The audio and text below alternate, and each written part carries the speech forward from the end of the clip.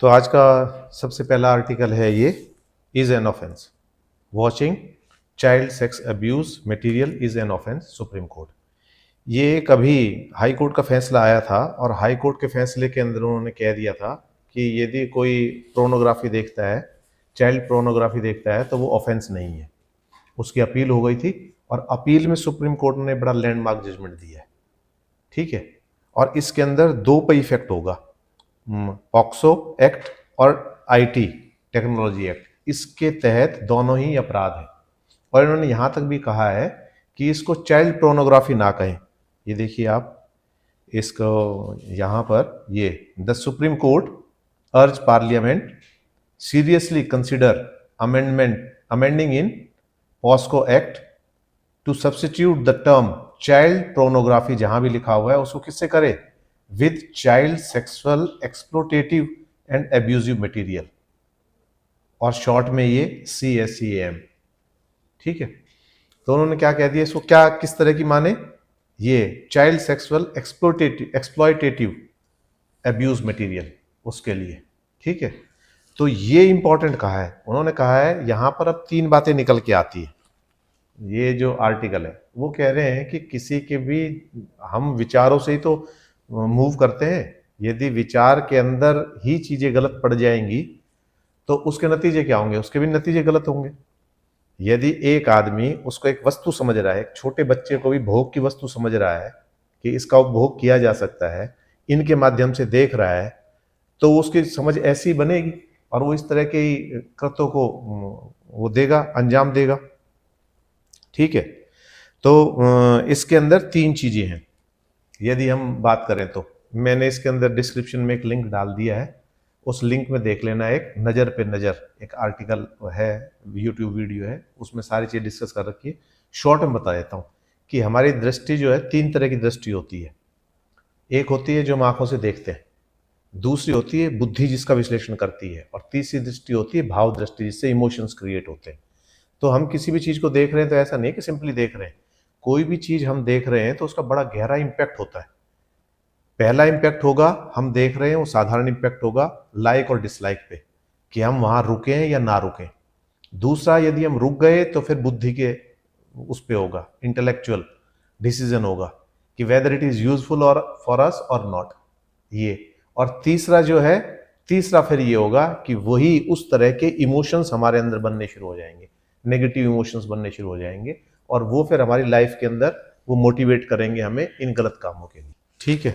तो इसमें किस चीज़ की बात कर रहे थे हम, भागवत पुराण के अंदर एक स्टोरी आती है अजामिल की। अजामिल नाम का एक वो है, वो पूरा डिटेल में तो उसमें दे रखा है, और उसमें यही है कि वो बड़ा होनहार सा बच्चा होता है, अपने काम से काम रखता है, लेकिन एक दिन वो जा रहा होता है फूल वगैरह प्रार्थना के लिए लेने के लिए। जब वो जा रहा होता है तो उसको जंगल में कुछ आवाज़ सी दिखाई देती है, तो वहाँ देखता है तो एक आदमी और एक औरत, वो वैश्या होती है औरत, और जो आदमी पुरुष होता है वो भी इसी तरह का बदचलन टाइप की होता है, शराबी कबाबी, वो आपस के अंदर फिजिकल रिलेशन बना रहे होते हैं। तो जब वो उसको देखता है तो एक बार को रुक जाता है और फिर वो आगे चल देता है। वो अब उसने जो वो दृश्य देखा, अब उसका बुद्धि विश्लेषण कर रही है कि पहला भाव हो गया ना दृष्टि, दृष्टि के तीन भाव हम बात कर रहे हैं, दूसरी में उसकी बुद्धि विश्लेषण कर रही है कि क्या ये तेरे लिए अच्छा है क्या नहीं है, और तीसरा भाव है फिर इमोशंस का, नेगेटिव इमोशंस उसके अंदर, इससे शारीरिक कामुकता उसके अंदर उत्पन्न हो गई, तीसरी बात हो गई। तो अगले दिन जब वो फिर जाता है फूल लेने के लिए, तो उस समय तो निकल जाता है वहां से, लेकिन अगले दिन जब फूल लेने के लिए दोबारा जाता है तो मन ही मन सोचता है क्या आज भी होंगे वो, तो वो उसी ओर बढ़ता है जिस जगह वो उसको मिले थे वो, और उस तरफ होता है तो वहां फिर दोबारा मिल जाते हैं वो दोनों मिल जाते हैं दोबारा। तो वो अब रुक के वहां देख रहा है अब पूरा कि वो क्या कर रहे हैं। अब जब वो रुक के देख रहा है तो अब उसका क्या हो रहा है, उसके दिमाग के अंदर वो इमोशंस और गहरे हो रहे हैं। उसके बाद फिर वो पूरी रात उस औरत के बारे में और उस सब के बारे में सोचता रहता है। तो 2-3 दिन ऐसे ही घटना चलती रहती है। चौथे दिन जब वो औरत जाने लगती है तो वो उसको रोक लेता है। आप देखो, एक संस्कारी बच्चा है, मतलब युवा है, और वो उसको रोक लेता है, रोक के कहता है उस वैश्या से कि भाई मैं भी तेरे साथ फिजिकल रिलेशन बनाना चाहता हूँ। तो वैश्या कहती है कि ठीक है, मैं तो पैसों के लिए करती हूँ काम, तो मुझे पैसे ला के दे, मैं करूँगा। तो वो घर से पैसे चुरा के लेके आता है। आखिरी में आगे जाके वो डाके भी डालने शुरू कर देता है, और कहाँ एक बुराई उसको कहाँ से कहाँ ले गई, वो डाकू बन जाता है, अच्छे से बुरे में परिवर्तित हो जाता है।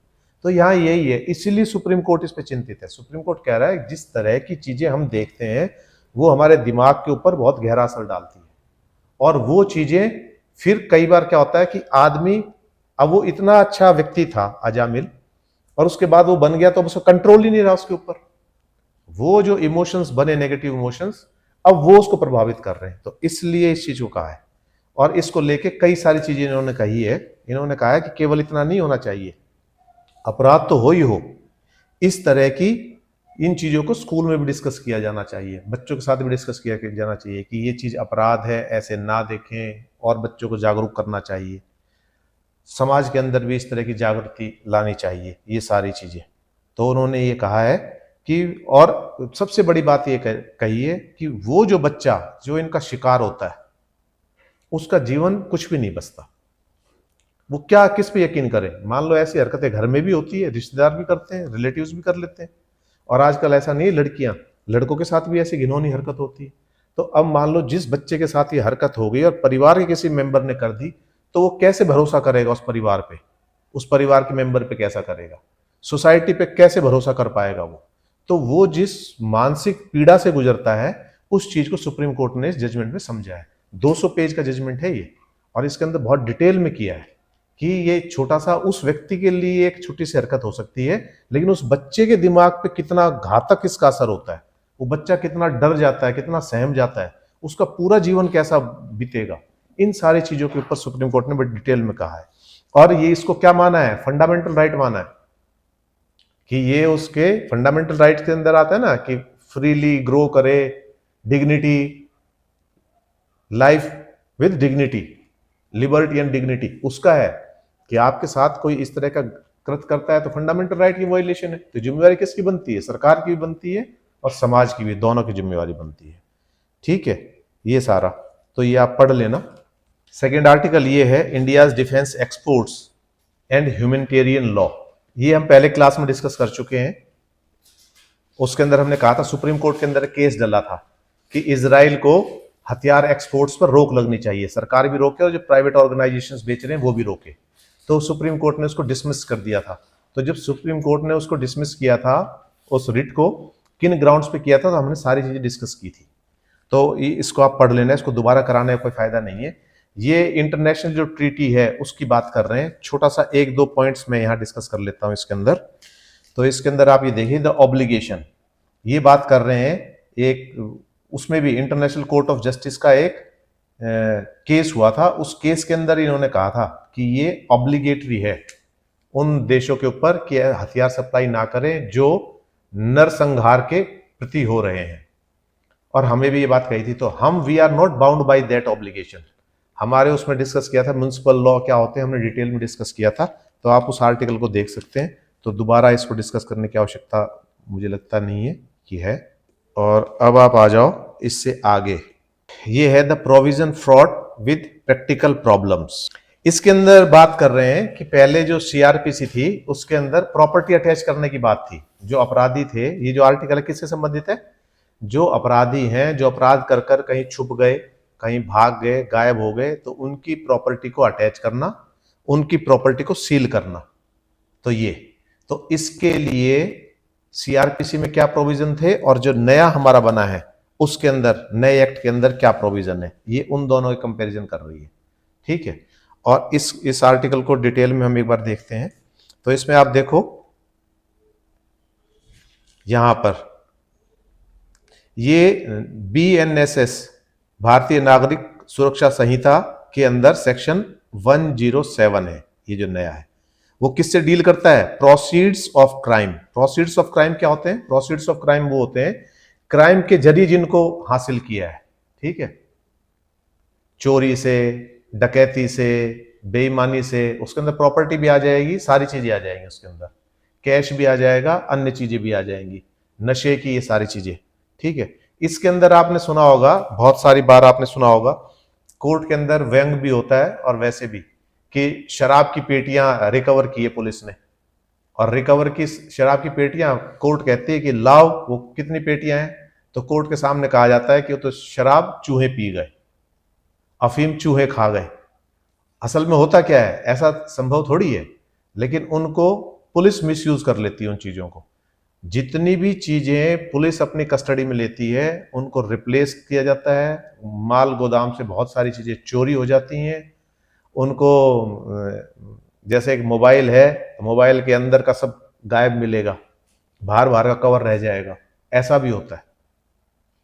तो पुलिस भी कम नहीं है, उन चीजों को लेकर थोड़ी सतर्कता। एक जजमेंट आया था, इसके अंदर डिस्कस होगा, वो जजमेंट में क्या कहा था कि वीडियोग्राफी भी कराएं।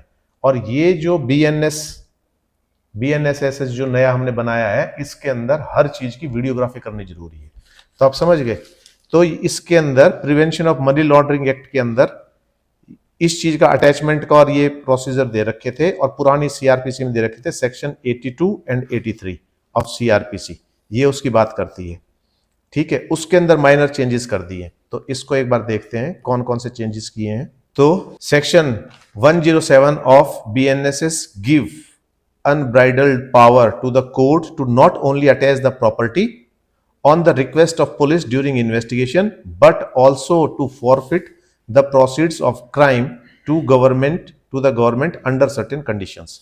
अब इसके अंदर पहले क्या होता था कि पहले ऐसा कोई प्रोविजन नहीं था। अब क्या कर सकते हैं, मान लो मैं इन्वेस्टिगेशन कर रहा हूं, अभी किसी खिलाफ एफआईआर हुई है और एफआईआर मुझे लगता है ये जो प्रॉपर्टी है ये गलत तरीकों से अर्जित की गई है, तो मैं इन्वेस्टिगेशन के दौरान ही कोर्ट के अंदर एप्लीकेशन दूंगा, जो आईओ होगा वो और उस प्रॉपर्टी को अटैच करा देगा। पहले भी प्रोविजन थे इस तरह से, यदि हमें लगता है कि कोई आदमी भाग जाएगा या बेल जंप कर देगा तो उसकी प्रॉपर्टी को अटैच करने के प्रोविजंस थे, ये उसी पे बात कर रहा है ये। ठीक है, तो इसके अंदर आप सबसे नीचे आ जाओ इसी के अंदर। तो इसके अंदर यहां पर ये देखो मैं हाईलाइट कर रहा हूं, प्रोविजनली एक और हो गया, he may by order in writing provisionally attach such property for not exceeding 90 days. 90 दिन के लिए उसको अटैच कर सकता है ड्यूरिंग इन्वेस्टिगेशन, क्योंकि हेनियस क्राइम की इन्वेस्टिगेशन के लिए भी 90 दिन का टाइम होता है। From the day of arrest you have to produce the challan, आपको फाइनल रिपोर्ट देनी होती है 90 दिन के अंदर अंदर। तो 90 दिन के लिए अटैच हो जाएगा, उसके बाद कोर्ट अपने आप देख लेगा। तो यहां उस चीज की बात कर रहे हैं। फिर आगे इसी पैराग्राफ में आप आ जाइए, यहां पर सेक्शन 173 ऑफ सीआरपीसी। तो सेक्शन 173 ऑफ सीआरपीसी ये क्या होती है, फाइनल रिपोर्ट बोलते हैं इसको। ठीक है, चालान भी बोलते हैं। एक इन्वेस्टिगेशन, पुलिस ने एक इन्वेस्टिगेशन की, इन्वेस्टिगेशन जब कंप्लीट हो जाती है तो पुलिस उसकी पूरी फाइनल रिपोर्ट बनाती है, तो वो सेक्शन 173 के अंडर आती है। ठीक है, और the property under section 107 BNS में be attach during the investigation itself, ये हमने पढ़ लिया प्रोविजन। और अब आगे क्या कह रहे हैं, ये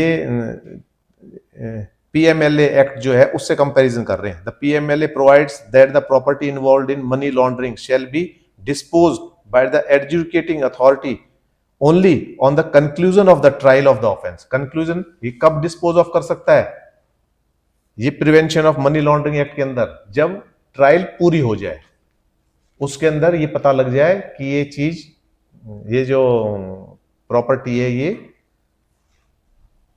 कैसे गलत जरिए से अर्जित की गई है।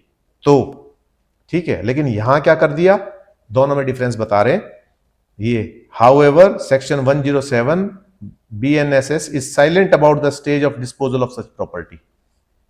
It says that if the court or the magistrate finds the attached or seized property to be the proceed of crime, it shall order the district magistrate to ratably distribute such proceed of crime to the persons who are affected by such crime। जिनसे लिया गया है उसके अंदर ये DM को, DC को आदेश दे सकते हैं। तो यहां क्या है, डिस्क्रिप्शन बढ़ा दिए कोर्ट की। कोर्ट उस प्रॉपर्टी को पता लगा कि चोरी की प्रॉपर्टी है, तो चोरी की प्रॉपर्टी पता लगा तो किन किन की एफआईआर हो रखी है।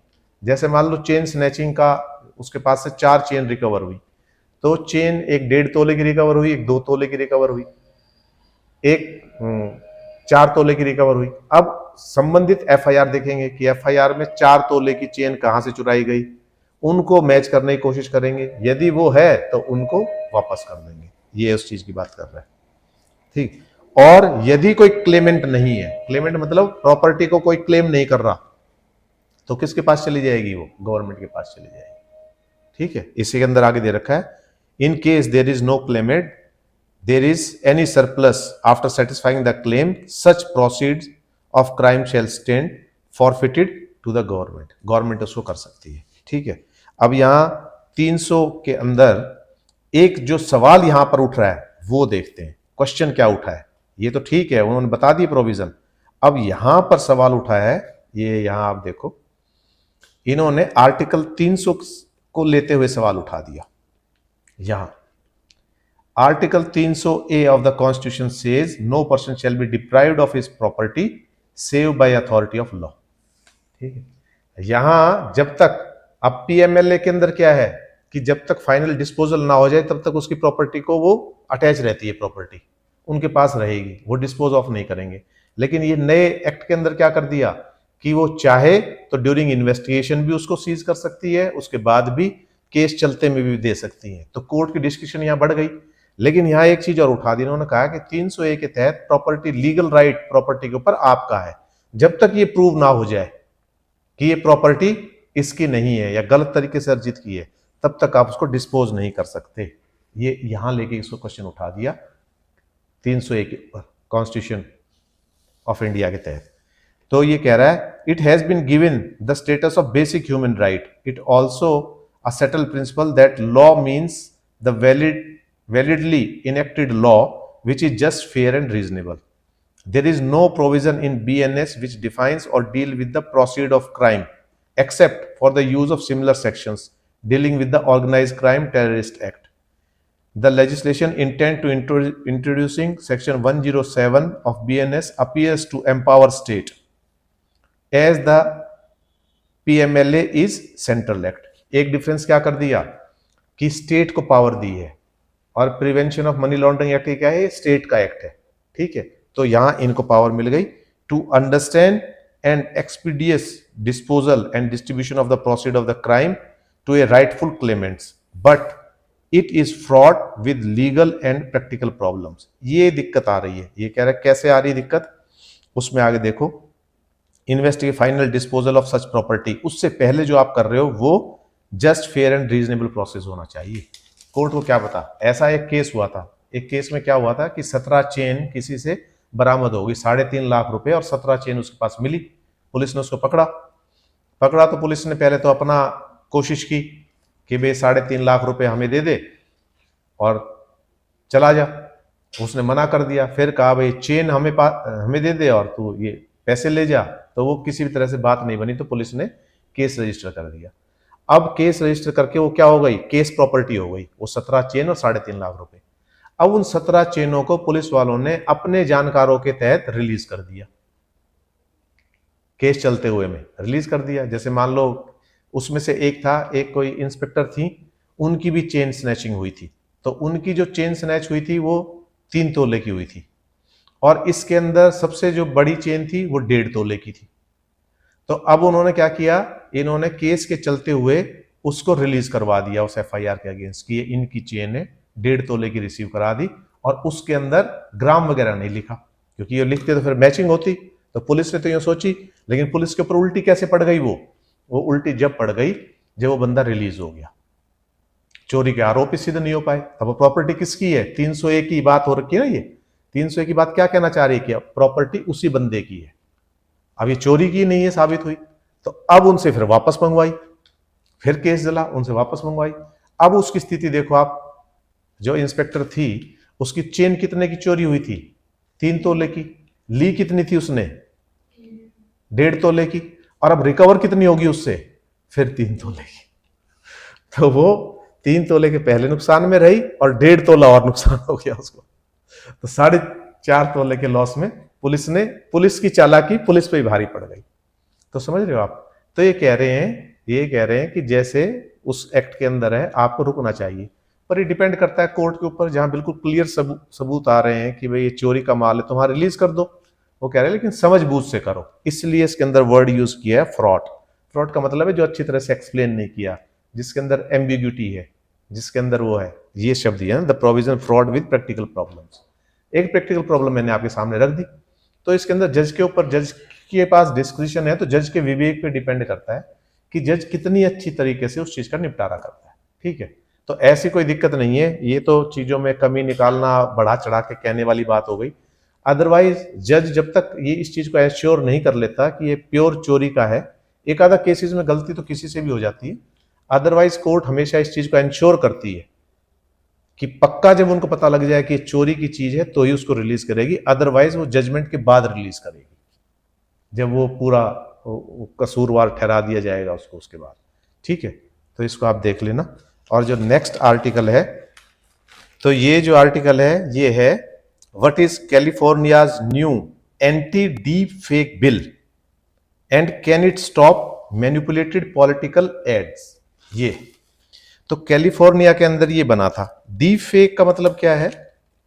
डीप फेक एक टेक्नोलॉजी आई हुई है आजकल, और उसमें क्या है, जैसे मान लो एक मूवी है, उस मूवी के अंदर एक पात्र चल रहा है, एक्टिंग कर रहा है, बोल रहा है, बैठ रहा है, उठ रहा है, उस सब चीजों को हम कॉपी कर लेंगे और उसका हू बहू डुप्लीकेट हम तैयार कर देंगे, क्योंकि उसने डीप का मतलब है उसने डीपली एनालाइज कर लिया आपका चेहरा, आपका चलने का तरीका, मुस्कुराने का तरीका, बोलने का तरीका, उन सब की इतनी डिटेल के अंदर डिटेलिंग ले ली उसने कि अब वो उसके अंदर आपका नकली वर्जन उतना ही सही, उतना ही मतलब जिसको आप कहोगे कि सही जो आपको लगे 100%, तो इसके अंदर 100% प्योर और 100% फेक, और वो 100% फेक भी 100% रियल जैसा ही है।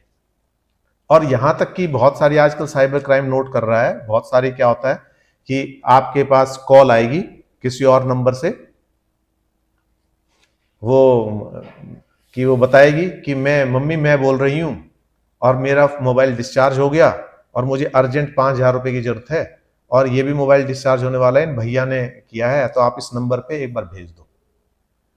तो वो जो वीडियो रहेगा वो video manipulated video, deep fake के जरिए बनाया गया है, और औरतों को लगता है कि पता नहीं बच्ची किस मुसीबत में होगी, और वो तुरंत से 5,000 रुपए भेज देंगे। इस तरह के बहुत सारे फ्रॉड हो रहे हैं। फिर बाद में पता लगता है कि मैंने तो फोन किया ही नहीं था और मेरा फोन तो ऑन था, लेकिन क्या होता है कि हम जल्दबाजी के अंदर इस तरह कर देते हैं। तो डीप फेक आप समझ गए। अब ये पहले वॉइस रिप्लिकेट होती थी, आजकल वीडियो कॉल्स भी हो जाती हैं इससे। ये सारा जब कहां से शुरू हुआ, ये जो आर्टिकल है ये है एलन मस्क ने अपने उस ट्विटर हैंडल पे, एक्स जो नया बनाया है उसके ऊपर क्या कर दिया, कमला हैरिस जो चुनाव लड़ रही है उसके डीप फेक वीडियो बना के डाल दिए। और जब उनसे पूछा गया, ये गवर्नर है ना, ये आप न्यूज देखो, इसके अंदर अब ये इस पे चल नहीं रहा है, आप न्यूज़पेपर से देख लेना, पहला कॉलम है जो मैं एड्रेस कर रहा हूं। तो उसके अंदर ये था, president Kamala Harris in which she refers herself to a diversity hire in response to governor's criticism, mister Musk made an obscene remark claiming parody was legal in the country. उन्होंने कहा मजाक नहीं कर सकते, हमने मजाक कर दिया। जैसे आपने देखा होगा कई टीवी चैनल के ऊपर कार्टून टाइप की फिल्में आती हैं आजकल, उसमें उसको भी दिखाते हैं, राहुल गांधी को भी दिखाते हैं, इनको भी दिखाते हैं, सो सॉरी करके एक आता है, इस तरह से आता है। तो वो तो फिक्शनल कैरेक्टर है, वो तो सबको पता है कि भाई मजाक के तौर पे दिखाया जा रहा है, वो कैरेक्टर ही कार्टून की तरह बनाए जा रहे हैं, और वो हंसी मजाक की तरह अपनी बात भी कह दी उनने, वो बात अलग है। लेकिन यहां तो आपने डीप फेक के जरिए आपने बिल्कुल ओरिजिनल कमला हैरिस बना के और डाल दिया, और आप उसको क्या कह रहे हैं, हमने तो ऐसे ही मजाक में डाला था। ये तो ये एक्सक्यूज नहीं होना चाहिए। तो इस चीज को लेते हुए उन्होंने बड़ा सीरियस लिया है वहां के गवर्नर ने, और 3 इन्होंने कानून बना दिए उसके अंदर। He signed 3 piece of legislation to take action against deep fake और digitally altered content in election campaign that could be deceptive, जो धोखा देने वाले होंगे, और इलेक्शन को लेकर खास तौर से किए, क्योंकि डेमोक्रेसी के अंदर गलत न्यूज बहुत बड़ा प्रभाव रखती है। इस चीज को समझते हुए कि सही कैंडिडेट चुने और वही बात पहुंचे जो उस कैंडिडेट ने कही है, यदि उसके अलावा कोई बात पहुंचती है तो उस चीज को ध्यान में रखते हुए इन्होंने क्या किया है, ये बनाए, और ये पर्टिकुलरली इलेक्शंस पे लागू होंगे। यहाँ के इलेक्शंस पे भी आप देखते होंगे बहुत सारे रूमर्स चलती रहती हैं।